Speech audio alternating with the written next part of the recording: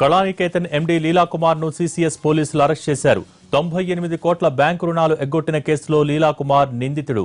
కళానికేతన్ డైరెక్టర్ల ఆస్తుల్ని బ్యాంకుల్లో తనఖా పెట్టాడు లీలాకుమార్. అంతేకాకుండా కుదవ పెట్టిన ఆస్తుల్ని డైరెక్టర్లకు తెలియకుండా అమ్ముకున్నాడని ఆరోపణలు ఉన్నాయి.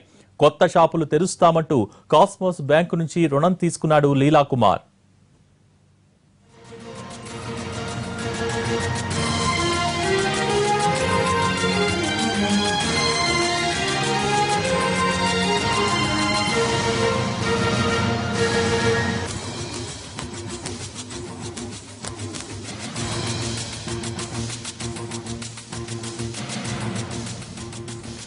కళానికేతన్ ఎండీ లీలాకుమార్ ను సీసీఎస్ పోలీసులు అరెస్ట్ చేశారు. 98 కోట్ల బ్యాంకు రుణాలు ఎగ్గొట్టిన కేసులో లీలాకుమార్ నిందితుడు. కళానికేతన్ డైరెక్టర్ల ఆస్తుల్ని బ్యాంకుల్లో తనఖా పెట్టాడు లీలాకుమార్. అంతేకాకుండా కుదవ పెట్టిన ఆస్తుల్ని డైరెక్టర్లకు తెలియకుండా అమ్ముకున్నాడని ఆరోపణలు ఉన్నాయి. కొత్త షాపులు తెరుస్తామంటూ కాస్మోస్ బ్యాంకు నుంచి రుణం తీసుకున్నాడు లీలాకుమార్.